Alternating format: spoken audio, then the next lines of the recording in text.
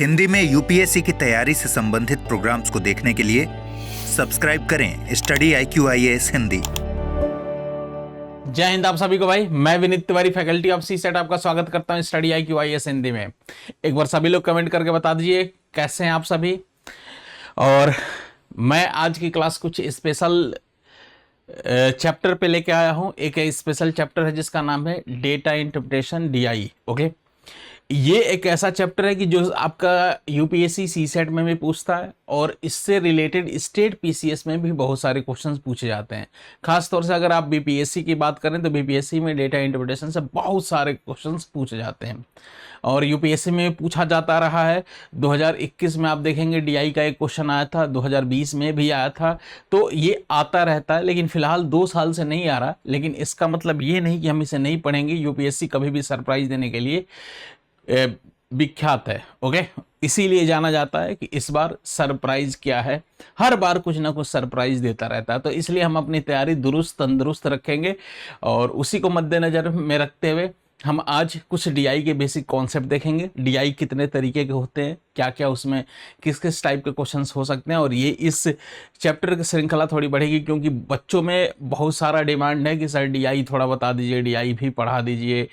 तो मैंने डिसाइड लिया कि चलो इसे यूट्यूब पे ही बताता हूँ। ओके, तो फिलहाल जुड़े रहिए क्लास में और DI के बेसिक से लेके DI में किस किस टाइप के क्वेश्चंस होते हैं सब कुछ मक्खन तरीके से हो जाएगा। ओके, तो फिलहाल मैं चलता हूँ चैप्टर पे। तो चैप्टर में DI देखिए, DI 2-3 तरीके से पूछी जाती है।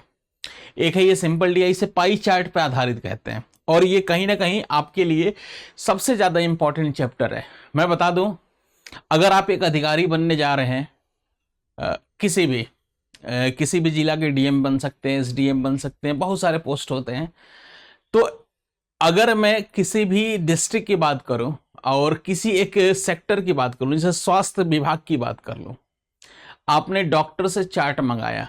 ओके, जो CMO है आपके डिस्ट्रिक्ट का चार्ट मंगाया कि बताइए कि इस बार मलेरिया से पीड़ित कितने बच्चे थे, या इस बार और भी तरह तरह की बीमारियां हो सकती हैं, मलेरिया, डेंगू, टाइफाइड, इस तरीके कितने बच्चे एडमिट हुए थे। ओके, कितने कितने तरीके से। तो अगर प्रेजेंटेशन की बात करें और आपका जो स्वास्थ्य विभाग का क्लर्क होगा, स्मार्ट होगा, या सरकारी ऑफिशियल अगर प्रेजेंटेशन मांगेंगे तो प्रेजेंटेशन की भाषा DI ही होती है। ओके, एक तो तरीका है कि लिख के बता दे डेटा, यहाँ मलेरिया से इतने। और अच्छा, एक और इसमें एक और स्मार्ट तरीका हो सकता है कि अगर मान लो आपने बोला कि ठीक है, आप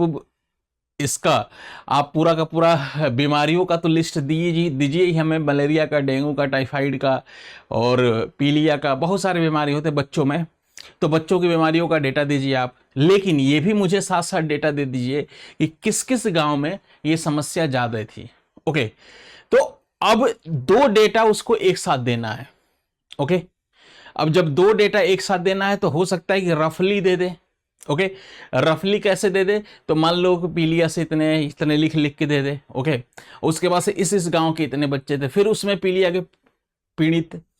तो अब इसमें एक्चुअली प्रॉब्लम ये होगी कि डेटा अगर लिखा होगा तो कभी कभी समझने में प्रॉब्लम होती है, या वो एक सभ्य समाज की भाषा नहीं कही जाती कि लिख के वो सब्जी जैसे लिखते हैं, या राशन की दुकान पे जाते हैं लिखते हैं गेहूं 1 किलो, ये ऐसे ऐसे 1 किलो 2 किलो चीनी दाल, तो ये मतलब अच्छा नहीं माना जाता है। ओके, इंप्रेशन अच्छा नहीं जाता।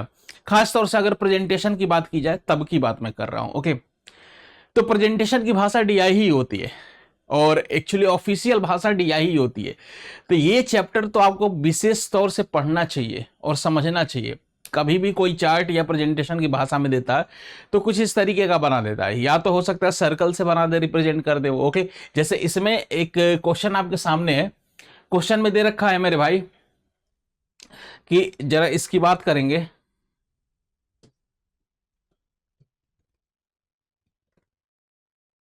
ओके, अगर ध्यान से देखोगे तो इस क्वेश्चन में कह रहा है कि निम्नलिखित में पाई चार्ट पर आधारित, पाई मतलब सर्कल में से रिलेटेड दे रखा है। ठीक है, यह पुस्तक बनाने की बिक्री के दौरान विभिन्न मदों पर आने वाले प्रतिशत व्यय को दर्शाता है। मतलब अलग अलग तरीके के खर्च है पुस्तक का प्रिंट करना है, जैसे स्टडी आईक्यू की भी किताब छपनी है, तो उसमें तरह तरह के खर्चे होते हैं। ओके, खर्चे बहुत सारे दे रखा है, कह रहा है कागज की लागत, कागज कहीं से मंगाया, उसके बाद से रॉयल्टी भी देना पड़ेगा, जो लेखक लिखा है उसको, विज्ञापन का खर्च, तो अगर बुक लिख दिए तो उसका एडवर्टीजमेंट भी तो करना पड़ेगा कि हाँ हमारी बुक आ गई, बुक आ गई, बुक आ गई, उस तरीके का खर्च। जिल्द शादी कटाई का, अब मान लो कागज रॉ लेके आए होंगे, उसको बढ़िया से कवर में बनाना है, काटना है, फिर कवर बल लगाना, वो सब चीज़ें, फिर प्रिंटिंग कॉस्ट भी है, छपाई का भी, और उसके बाद से कुछ मिसलेनियस हो गया करते समय, जो भी कामगार हैं वो मान लो चाय पी लिए या कुछ और भी खाना खा लिए,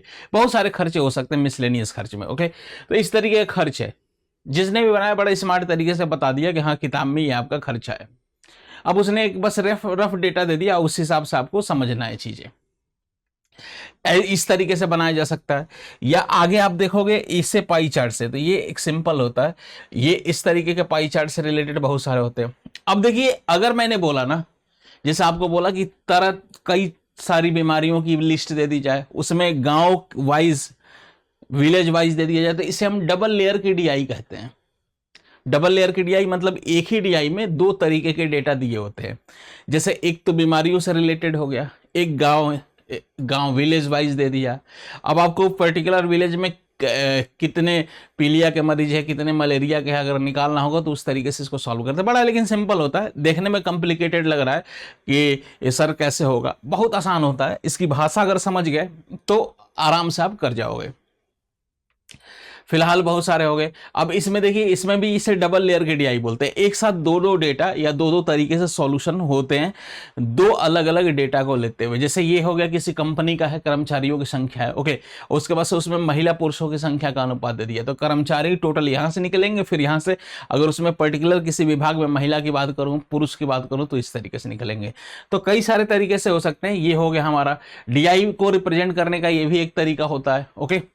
ओके, तो इस तरीके की भी डीआई पूछते हैं। एक सर्कल वाला बनता है जिसे पाई चार्ट बोलते हैं, इसे भी हम बोलते हैं, इसे भी बनाते हैं। डीआई को देखो, सर्कल वाले भी हो गए, आगे भी करेंगे। जैसे एक डीआई इस तरीके का भी हो सकता है। ओके, बहुत सारे क्वेश्चंस हो सकते हैं। एक ऐसा भी बनता है डीआई, मान लो जैसे मैं कह दूं कि इस तरीके का, ओके, आपने देखा होगा बार, इस तरीके का डीआई, और ये अक्सर यही सबसे ज्यादा दिखने को मिलता है आप लोगों को। ओके, मान लो ये ईयर्स दे दूं, और ये मान लो आपके विभाग में कर्मचारियों की संख्या दे दूं। ओके, तो बहुत सारे तरीके से हो सकता है। ओके, तो फिलहाल मुद्दा ये होता है कि इनको सॉल्व कैसे करना है सर, इसमें किस किस बातों का ध्यान रखना चाहिए। तो हम स्टार्ट करते हैं इसको पाई चार्ट वाले डीआई से, इससे। ओके, पहले हम सिंगल लेयर की करेंगे, फिर डबल लेयर की डीआई में आपको समझा दूंगा कि कैसे करना है, और इसका सबसे सिंपल तरीका क्या हो सकता है। अच्छा, डीआई को सॉल्व करने के लिए इसमें कोई डीआई कोई अलग से चैप्टर नहीं है, इसमें बेसिक सेंस 2-3 चैप्टर का होना चाहिए। जैसे मैं कह दूं कि परसेंटेज, ठीक है, परसेंटेज आपको आना चाहिए बेसिक सा। ओके, इसमें एवरेज का भी कभी कभी यूज होता है, एवरेज का, औसत अगर आपको निकालना आता है, और बेसिक सा औसत। ऐसा नहीं कि औसत का पूरा कॉन्सेप्ट हमें आना चाहिए। औसत 4-5 डेटा का हो गया, औसत कैसे निकालते हैं, तो सिंपल है। तो अगर 2 डेटा दे दिया, 2 लोगों की उम्र की बात कर दी, उम्र की बात कर दूं, मैं उनको पूछूंगा उनका औसत उम्र क्या है, तो अब आप क्या करोगे, दोनों का जोड़ के 2 से डिवाइड करेंगे। 3 लोगों की बात करें, 3 लोगों के वेट की बात करें, तो तीनों लोगों का वेट ऐड करेंगे, 3 से डिवाइड कर देंगे। तो इस तरीके का एवरेज भी बेसिक सा एवरेज, ज़्यादा कुछ डिटेल में नहीं, बहुत टफ एवरेज नहीं। परसेंटेज भी बेसिक सा ही परसेंटेज कहीं आएगा, मान लो 40 का 20% निकालना होगा, 80 का 50% निकालना होगा, इस तरीके का डेटा हो गया। ठीक है, थोड़ा सा लाभ हानि का भी हो सकता है, कहीं कहीं प्रॉफिट का भी बात हो जाता है कभी कभी। ओके, तो कभी कभी प्रॉफिट का भी बात होता है। ओके, तो ये भी आपको बेसिक सा कॉन्सेप्ट आना चाहिए, आपको ये निकालने आना चाहिए कि लाभ कब होता है, हानि कब होता है, हानि किस पे होता है, लाभ किस पे होता है, बेसिक सा कॉन्सेप्ट। फिर आपको कभी कभी रेशियो पूछ देता है, रेशियो की बात करता है, तो रेशियो एंड प्रोपोर्शन, ठीक है, एंड प्रोपोर्शन, ठीक है, इसे हम अनुपात बोलते हैं। ठीक है, तो ये कभी कभी रेशियो की भी बात कर देता है मेरे भाई, तो उसको भी थोड़ा ध्यान में रखना चाहिए। ओके, तो इनके सब बेसिक्स अब ये डेटा को सॉल्व करना होता है ना, डेटा देखो कैसे भी लिखा होगा, ठीक है। अब इसको सॉल्व करना है तो इन्हीं चैप्टर का सहारा लेके हमें सॉल्व करना पड़ता है, और सबका बेसिक बेसिक होता है। बहुत घबराने की जरूरत भी नहीं है कि सर ये चैप्टर अगर आप नहीं भी जानते तो आपको बहुत ज़्यादा चिंता लेने की जरूरत नहीं है, आराम से आप कर जाओगे, ठीक है। तो ये थोड़ा सा सेंस बना। अब हम आते हैं इस पे, आते हैं मेरे भाई, सबसे बेसिक सा अगर डीआई समझने का सेंस बनाना है तो ये सबसे परफेक्ट डीआई होता है पाई चार्ट वाले डीआई। पाई चार्ट मतलब सर्कल, पाई कहाँ आता है, एक सर्कल से ही रिलेट करके तो आता है पाई, ओके। तो इसको हम पाई चार्ट बोलते हैं, ओके। अब देखो पाई चार्ट है, सर्कल दे दिया है, तो दो तीन बातों का ध्यान रखिए। पहली बात यह है कि इसमें रियल डेटा का तभी यूज करिए कि जब रियल डेटा पूछा हो। गुरु मंत्र में एक दो बता देता हूं, ओके। सर्कल है तो सर्कल में डिग्री का भी यूज होगा, कोण भी पूछ सकता है आपसे, या कोण देगा तो आपसे परसेंटेज पूछ सकता है, परसेंटेज देगा तो कोण पूछ सकता है। देखो तो इसमें दो तरीके से रिप्रेजेंट करते हैं। मान लो सर्कल हो गया तो कभी कभी ये परसेंटेज से रिलेट करके इसको दे देता है, यहाँ परसेंटेज परसेंटेज परसेंटेज दे देता है, ठीक है। कभी कभी यहाँ पे डिग्री के रिप्रेजेंट में दे देता है, मान लो यहाँ पे 90 डिग्री हो गया, यहाँ पे 60 डिग्री हो गया, 70 डिग्री हो गया, इस तरीके से डिग्री से भी रिलेट करके दे देता है। तो डिग्री देगा तो परसेंटेज पूछ देगा, परसेंटेज देगा तो डिग्री भी पूछ सकता है, ओके। अच्छा, एक छोटा सा इंफॉर्मेशन देता है, उसके बिहाफ पे 3-4 क्वेश्चंस भी पूछ देता है, बड़ा अच्छा रहता है ये, ओके। और बहुत ये समझ लो कि बड़ा हेल्पफुल भी रहता है कि एक थोड़ा सा समझ हो गया, एक क्वेश्चन को थोड़ा सा डेटा कैलकुलेट करूंगा, उसके बिहाफ पे 3 question 4 question 2 question minimum 2 question दे देते हैं, ओके। यूपीएससी तो खैर एक ही क्वेश्चन पिछले 2 बार से देने लगा है, लेकिन यूपीएससी में पहले 2-2 3-3 क्वेश्चन देता था, सी सेट में मजा आ जाता था, ठीक है। कि एक क्वेश्चन पढ़ा, 2 क्वेश्चन 3 क्वेश्चन उसी के आधार पे हो गए, एकदम लगा के अरे क्या ही मजे हैं, मजे ही मजे, मजे ही मजे, मजे ही मजे, ठीक है, ओके। अच्छा, इंग्लिश मीडियम वाले लोग परेशान नहीं होंगे, मैं इनको इसको एक्सप्लेन कर दूंगा, बाकी नेक्स्ट क्लास से थोड़ा सा कोशिश करूंगा कि इंग्लिश में भी हो डेटा, ओके। फिलहाल अब देखो, इसमें मैंने बताया था कि परसेंटेज दे रखा हो तो कभी कभी इसको एंगल भी पूछ देता है, एंगल को परसेंटेज में कन्वर्ट करना पड़ता है। 2 बातें, मतलब मैंने क्या बोला कि कभी कभी परसेंटेज को डिग्री में कन्वर्ट करना पड़ता है, ठीक है, और कभी कभी डिग्री को परसेंटेज में कन्वर्ट करना पड़ता है, वॉइस वर्सा होता है। और एक और सबसे बड़ी बात मैं बताता हूं आपको कि अगर कभी भी रियल डेटा पूछ रहा होगा क्वेश्चन में, तो रियल डेटा का यूज नहीं करेंगे। जैसे इनकेस अगर मान लो ये तरह तरह के खर्च है ना, जब तक किसी खर्च को नहीं पूछेगा आपसे कि मान लो कह दूं कि कागज की लागत का खर्च कितना हुआ, तब तक रियल डेटा को हम छुएंगे नहीं। हालांकि रियल डेटा का यूज करके आप निकाल सकते हैं, कैसे भी किसी भी क्वेश्चन का आंसर निकाल सकते हैं, लेकिन इसमें फंसने वाली बात हो जाती है, कैलकुलेशन में आपको फंसा देता है। तो एग्जामिनर कुछ इसमें होशियारी करता है, तो 2-3 बातों का अगर आप भी ध्यान रखेंगे तो आराम से कर लेंगे। मान लो डिग्री से परसेंटेज, परसेंटेज से डिग्री पूछेगा तो इसमें रियल डेटा का कोई रोल नहीं है, ओके। या आपसे औसत पूछ दिया, या औसत तो खर्च अगर रियल डेटा उसमें दे दिया, औसत खर्च क्या होगा, तब तो ठीक है, औसत निकालना पड़ेगा। अगर आपको अनुपात पूछ दिया तो अनुपात में भी रियल डेटा का कोई यूज नहीं है। लगता है अंदर से कि भाई रियल डेटा यूज कर ले। रियल डेटा कैसे, मान लो जैसे इसमें दे देता कि मैं कहता था कि रॉयल्टी पर मान लो 30,000 रुपये खर्च किया उसने रॉयल्टी पे, तो कागज पे कितने, कागज और छपाई पे हुए खर्च का अनुपात बताइए। तो वो रियल डेटा यूज करके भी निकाल सकते हैं, या यहीं पे आप कागज पे परसेंटेज में दे रखा है, ये छपाई पे 35%, यहाँ पे 10%, इनका अनुपात निकालेंगे, 35-10 का हो जाएगा, 7 और 2 हो जाएगा। थोड़ी सी बुद्धिमानी दिखाएंगे तो बहुत जगह आप बच जाएंगे, बहुत सारी चीजों से, वाहियात के कैलकुलेशन से बच जाएंगे। थोड़ी सी इन बातों को सावधानी रखनी होती है, इसलिए इससे अच्छा चैप्टर कुछ है भी नहीं। हालांकि मैं हर चैप्टर में कहता हूं यही कि इससे प्यारा चैप्टर और इससे सिंपल चैप्टर कुछ है नहीं, कहना भी पड़ता है, ओके। वास्तव में होता भी है, हर एक मैथ सिंपल है, बहुत सिंपल है, बस भाषा समझेंगे तो मैथ से आसान, और मैथ से ये समझ लो कि एक होता है ना कि ऐसा ये सब्जेक्ट है कि ये कभी धोखा नहीं देता। दुनिया में हर सब्जेक्ट कहीं ना कहीं धोखा आपको दे सकते हैं, कहीं क्वेश्चन अगर मैथ्स से आप एक बार समझ में आ गया ना, सेंस बन गया मैथ्स का, तो ये कहीं अपवाद इसमें नहीं है, कुछ अलग से एड ऑन नहीं होना है। मतलब बहुत प्यारा सब्जेक्ट है, जो 20 साल पहले लिख दिया गया था अभी भी वही है, कॉन्सेप्ट है, ओके, जिस तरीके से समझ है, बस बेसिक सेंस है। हो सकता है थोड़ा सा मॉडिफाइड करके क्वेश्चन अलग, लेकिन कुछ कॉन्सेप्ट में अलग नहीं है। अब जीएस का सब्जेक्ट नहीं कि हमेशा अपडेट हो रहा है, अपडेट हो रहा है, अपडेट हो रहा है, अपडेट हो रहा है, ऐसा कुछ नहीं है, ठीक है। इसलिए ये बहुत ही शानदार है। अगर जो ऑप्शनल मैथ भी लेते हैं ना, वो बच्चे बड़े, ये समझ लो कि उनके लिए एक लीड रहता है कि एक बार तैयार कर ले, 2 साल 3 साल, हालांकि ये अच्छी बात नहीं है कहने के लिए कि 2 साल दे कोई पेपर, 3 साल दे, लेकिन काम कर जाता है, अपडेशन की जरूरत नहीं पड़ती। और एक और बात बता दूं खासियत, कि एक बार अगर सही हो जाता है, ठीक है, तो एक बार सही हो गया तो सही हो गया। अब दुनिया में कोई भी ऐसी ताकत नहीं है जो उसे गलत कर दे, अगर कॉन्सेप्ट आप सही से फॉलो किए हैं तो ये सब बातों का ध्यान रखिए। चलिए 2-3 कुछ क्वेश्चंस करते हैं। अब कह रहा है जल्दसाजी तथा कटाई के लिए खर्च। अब ये तरह तरह का एक चार्ट बनाया गया है और कह रहा है कि किताबों के लिए चार्ट ये बनाया गया, ठीक है। ओके, अब उसके बाद से देखो पहला क्वेश्चन पूछा है, ध्यान से देखिए। इसका पहला क्वेश्चन पूछा है कि कागज की लागत के त्रिज्या खंड का केंद्रीय कोण बताइए। ओके, अब इसमें आपको कहीं भी अगर दिख रहा होगा, अगर मान लो कभी कभी दे देता है ऊपर ही टोटल खर्च दे देता है, तो लालच ये आता है कि उसका यूज कर ले।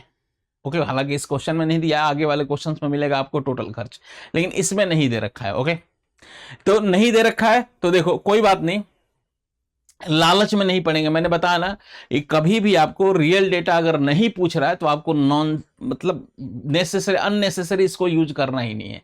जैसे इसमें पूछा है कि कागज की लागत का त्रिज्या खंड मतलब कोण, मतलब एंगल बताना है।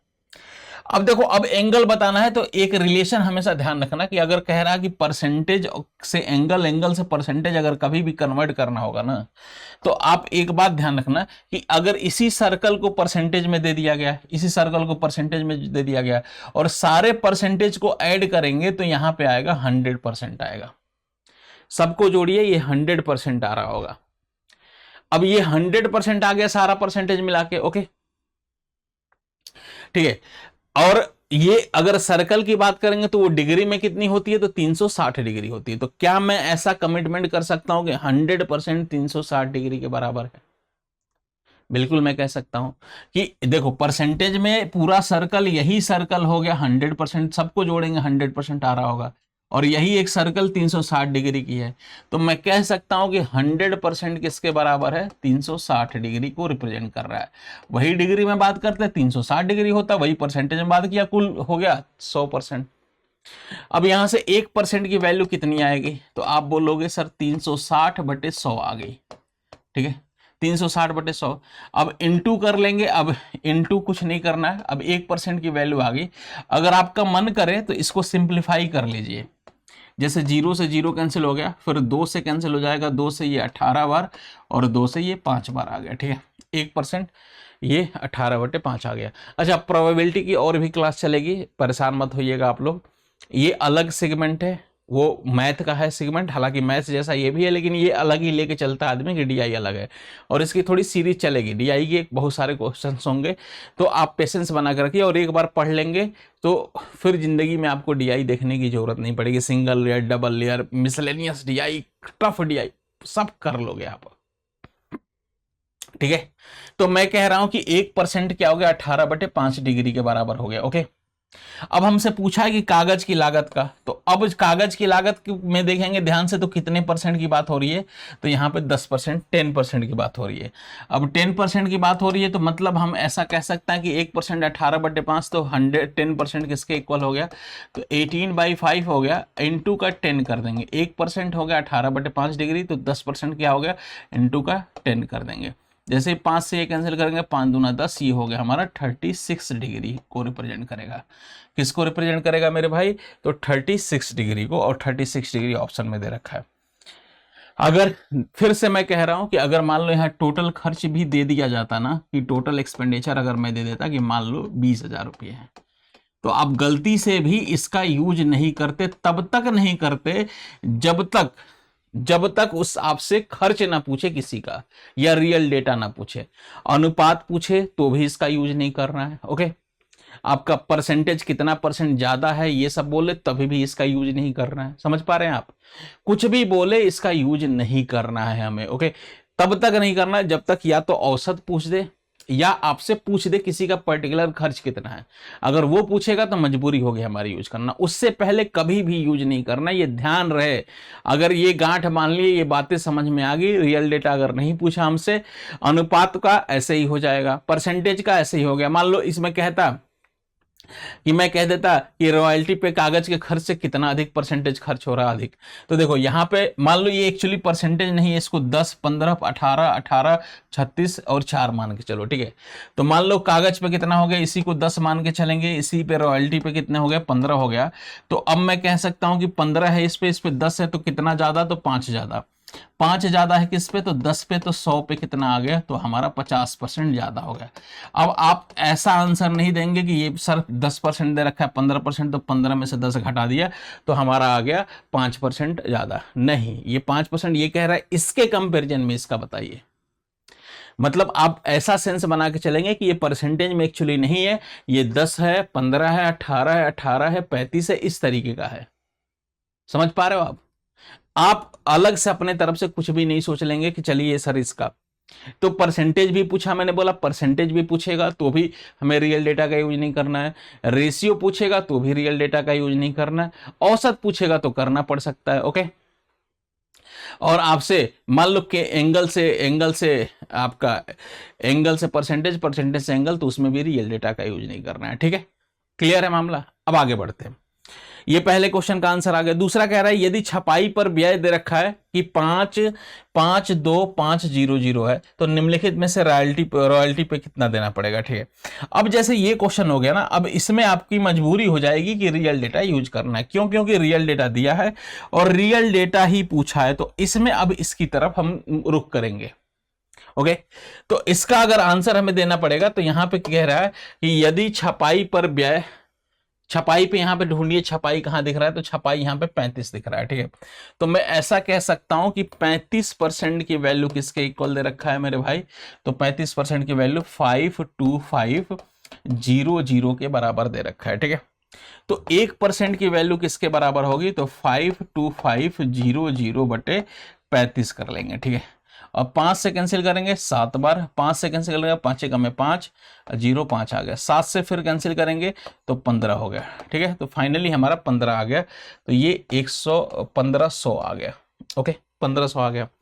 अब बोला है रॉयल्टी पे कितना देना पड़ेगा, तो रॉयल्टी यहाँ पे कहाँ दे रखा है, तो रॉयल्टी का 15 दे रखा है, तो 1% की वैल्यू आ गई मेरे लाल किसके इक्वल, तो 1% की वैल्यू आ गई 1500 के बराबर, तो वही रॉयल्टी पे देना है 15%, तो 15% की वैल्यू हो गई 1500 गुणे 15 कर लेंगे हमारा आंसर, तो 15 गुणे 15 होता है 225 हो गया और 00 हो गया, तो ये फाइनली आंसर आ गया 22500, ओके।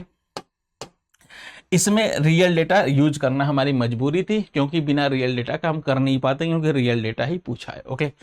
आगे बढ़ते हैं, और भी थोड़ा सा ध्यान देंगे तो चीजें समझ में आएगी, ओके। जैसे देखिए ये क्वेश्चन हो गया। अब देखो इसमें क्या दे रखा है मेरे भाई, एक बार अगर ध्यान से देखेंगे तो इसमें दे रखा है कि एक स्कूल में विभिन्न हॉबी कक्षाओं में भर्ती हुए विद्यार्थियों की संख्या दे रखा है, ठीक है। विद्यार्थियों की कुल संख्या दे रखा है, तो कुल संख्या दे दिया, ठीक है, यहाँ पे कुल संख्या दे दिया, ओके। अब उसके बाद से दे रखा है कुल संख्या दे दिया, और अलग अलग कह रहा है कि हॉबी है, हॉबी मतलब एक स्कूल है और स्कूल में लड़कों से पूछा गया कि आपकी हॉबी क्या है, पूछा जाता है जनरली, तो उसने बोला, किसी ने बोला कि पाक शास्त्र में है, ओके, किसी ने बोला मुझे एक्टिंग करना है, एक्टिंग है, ठीक है। पाक शास्त्र खाना, शायद खाना बनाने का होता है, ओके। अब उसके बाद से क्या है कि किसी ने बोला कि मुझे सिलाई करना है, चित्रकारी किसी ने पेंटिंग बोल दिया, ठीक है, और किसी ने डांसिंग बोल दिया, ठीक है, किसी ने बोल दिया कि सिंगिंग है, सिंगिंग तो लगभग सबका होता है, पढ़ना सबका हॉबी होता, भले ही 10 किताबों का नाम ना जाने, लेकिन ठीक है, ओके।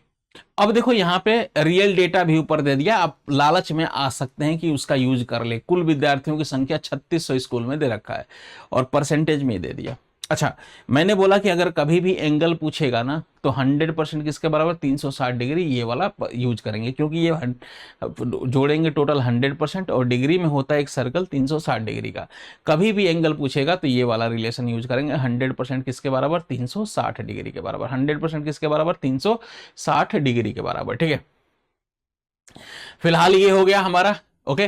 तो अब देखेंगे विद्यार्थियों की कुल संख्या दे रखा है। अच्छा, पहला ही क्वेश्चन हमने देखा, कह रहा है कि पाक शास्त्र मतलब खाना बनाने वाले में कक्षा के भर्ती हुए विद्यार्थियों की संख्या, नृत्य में कक्षा में भर्ती हुए विद्यार्थियों की संख्या का कितना प्रतिशत है।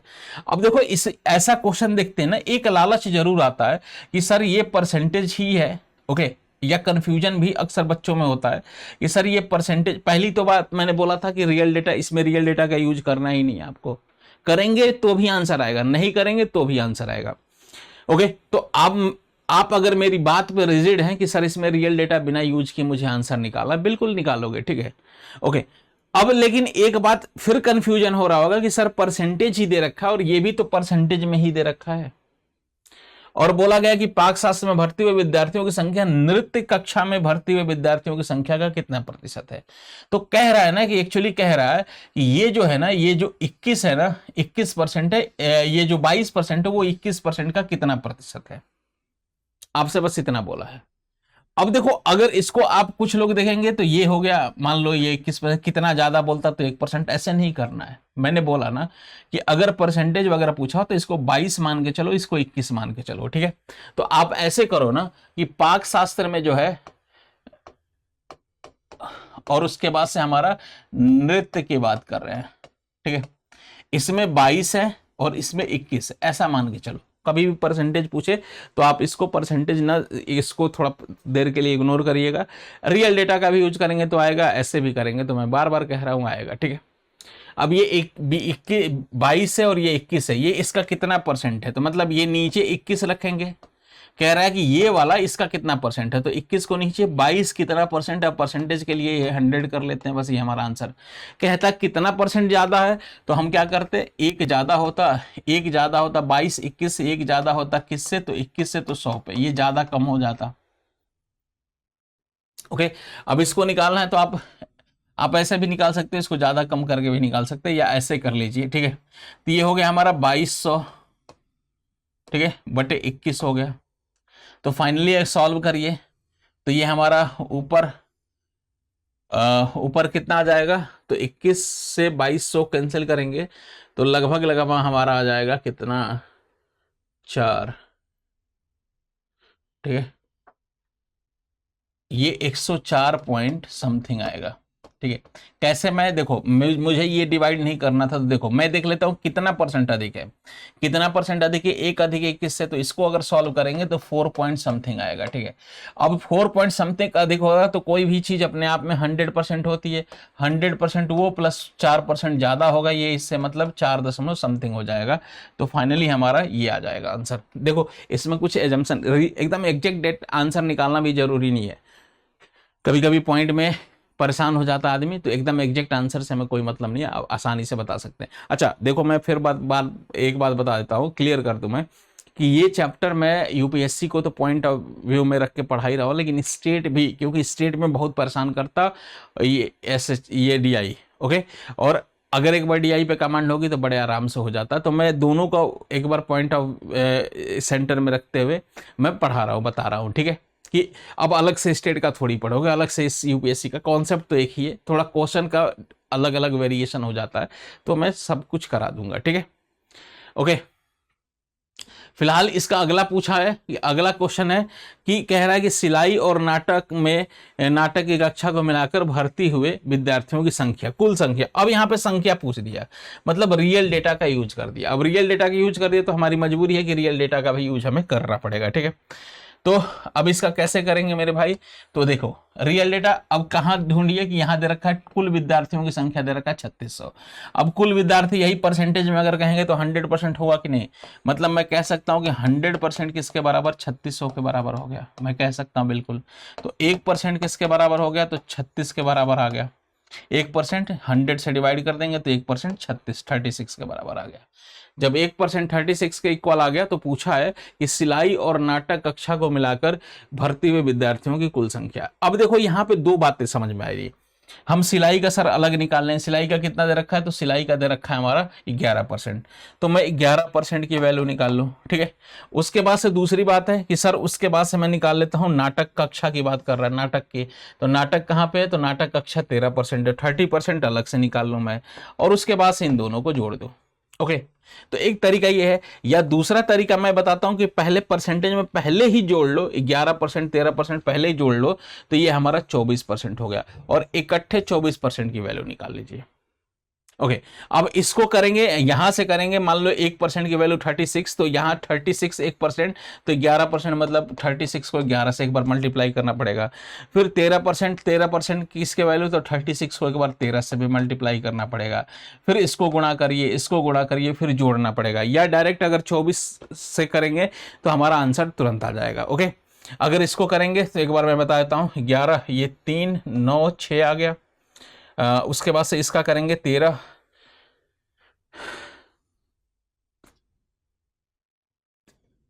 6 बार 78 हो गया, 8 कैरी 78 8 कैरी 7 हो गया, 13 या 39 39 और 7 39 और 7 हो गया 46 हो गया, तो ये हमारा आ गया। ओके, तो ये इनको ऐड करेंगे, तो फाइनली इनको ऐड करेंगे तो क्या आ जाएगा, 8 और 6 14 का 4 कैरी 1 आ गया। ओके, और फिर 9 और 6 15 15 और 1 15 और 1 16 का 6 कैरी 1 आ गया, और 4 3 7 7 और 1 8 आ गया। तो फाइनली आपको आंसर दिख जाएगा 864 दिख रहा है डी पार्ट। या अगर 24% की वैल्यू निकाल लेंगे तो 1% की वैल्यू डायरेक्ट आ जाएगा, 36 गुणे 24 कर लेंगे तो आपका आंसर आ जाएगा। ठीक है, 24 से 36 गुणे 24 डायरेक्ट करिए, आपका आंसर आ जाएगा, वही आ जाएगा 864। ठीक है, बात समझ में आ गई। ओके, डन है मामला। तो आप यहां पे भी एक सीख देखने को मिली कि पहली सीख क्या, कि सर अगर दो अलग अलग पूछा ना कि 11% निकाला, 1% की वैल्यू आप कह क्या रहे, 1% की वैल्यू आ गया, टोटल 100%, वहां टोटल दे रखा है विद्यार्थी 3600, तो 100% 3600 के बराबर, तो 1 36 के बराबर। तो यहां कह रहा है कि सिलाई और नाटक, मतलब सिलाई का अलग से निकाल ले, 1% की वैल्यू आ गई, सिलाई का अलग से 11%, 36 गुणे 11 हो गया, और इसका नाटक का भी अलग से निकाल लें और बाद में ऐड कर ले, या इनको पहले ही ऐड करके परसेंटेज को ही पहले में ऐड कर लें, 11% 13%, तो 24% कर लूं और 24% की वैल्यू निकाल दो, डायरेक्ट आंसर। ओके, अब यहां ये नीचे वाला आपका होमवर्क है, इसको कमेंट में बताइएगा इसका क्या कौन सा आंसर होगा, जल्दी से बताइएगा। फिलहाल मैं आपको एक दो बातें बता दूं कि अगर आप हमारे बैच से जुड़ना चाहते हैं, प्रीलिम्स इंटरव्यू तक के बैच में, ओके, और आगे अभी करते हैं, और एक डेडिकेटेड टीम के साथ, एक्सपर्ट टीम के साथ, सब्जेक्ट एक्सपर्ट विषय विशेषज्ञ की बात कर रहे हैं, और सबसे खासियत है डेडिकेटेड टीम के साथ सिलेबस ईमानदारी से फिनिश करना, और उसके बाद से शानदार तरीके से पढ़ाना, मेहनत करना, बच्चों के बीच प्रेजेंट रहना, आपके कमेंट्स का रिप्लाई करना, आपको पर्सनली ईमेल भी दे दिया जाता है इस प्लेटफॉर्म पे, ईमेल आईडी, आप उन एडुकेटर से अपने कम्युनिकेट करिए, कुछ प्रॉब्लम है तो उसको शेयर करिए। हम इसी में, हमारा पढ़ाने में जितना समय जाता है उससे ज़्यादा बच्चों को रिप्लाई करने में, और बच्चों से मतलब उनकी जो समस्याएं हैं, डाउट्स हैं, उनको क्लियर करने में जाता है। मतलब कुल मिला के एक डेडिकेटेड टीम के साथ अगर आप एक यूपीएससी की तैयारी करना चाहते हो और प्री से इंटरव्यू तक का सफर तय करना चाहते हैं, तो आपके लिए बैच है। ओके, और बेहतरीन मैनेजमेंट के साथ है, और इस बैच की खासियत है कि 18 किताबों के साथ आता है। ओके ओके, और हिंदी माध्यम का बैच है। अच्छा, इस बैच की एक और खासियत है कि इसमें सी सेट आपको अलग से लेने की जरूरत नहीं है, सी सेट इसमें इंक्लूडेड है, और इतने में ही आपका सी सेट भी हो जाएगा।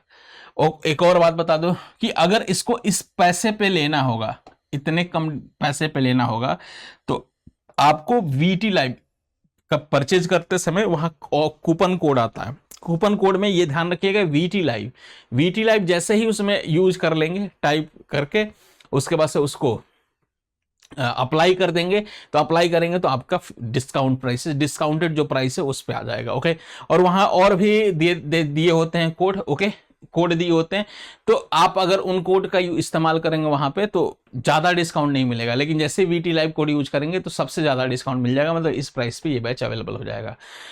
बैच की बातें बता दूं कि ये हमारा कि 6 बजे से है। ओके, और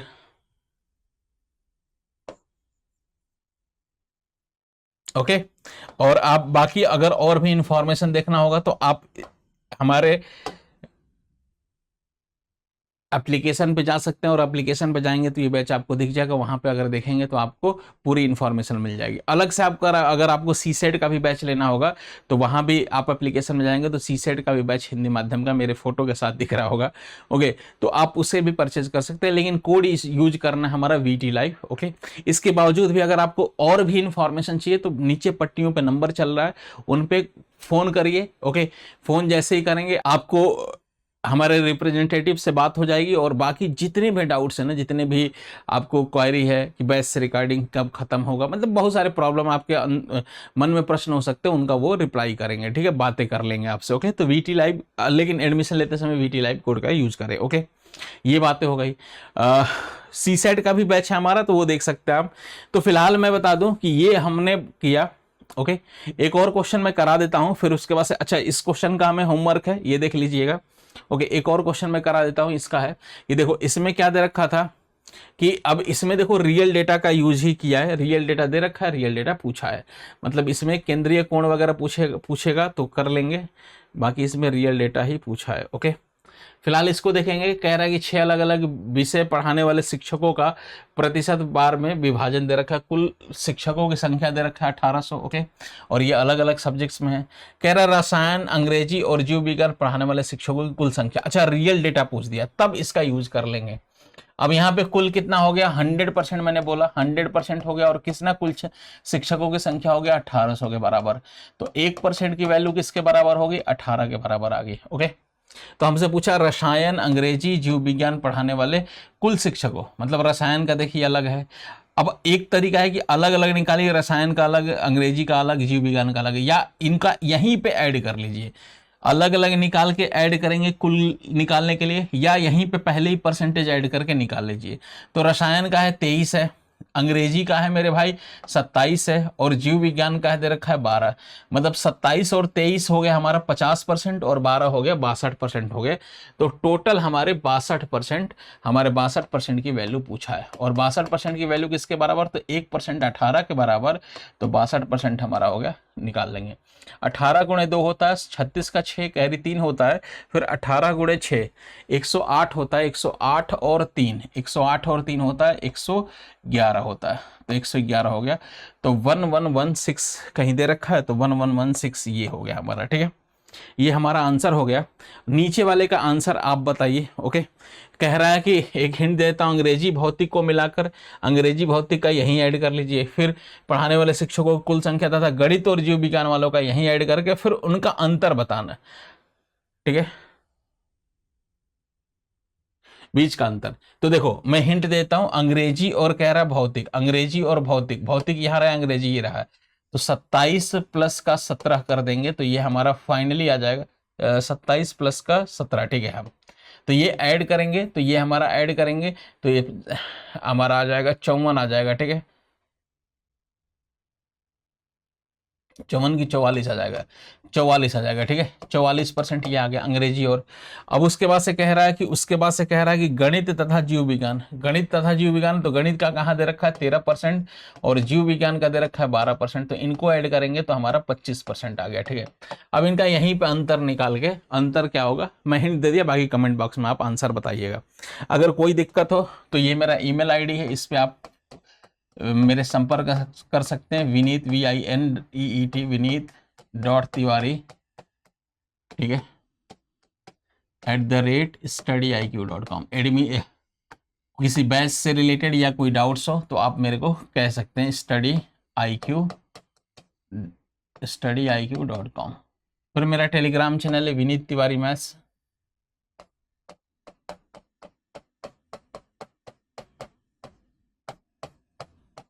विनीत तिवारी मैथ्स, ठीक है, ये मेरा टेलीग्राम चैनल है, इससे भी आप जुड़ सकते हैं। ओके, फ्यूचर इंफॉर्मेशंस के लिए जल्दी आपको एक मैराथन भी शेड्यूल हो जाएगा और बहुत सारी क्लासेस इस चैनल पर आने वाली। अभी के लिए जय हिंद, जय भारत। मिलते हैं अगली क्लास में। हिंदी में यूपीएससी की तैयारी से संबंधित प्रोग्राम्स को देखने के लिए सब्सक्राइब करें स्टडी IQ IAS हिंदी।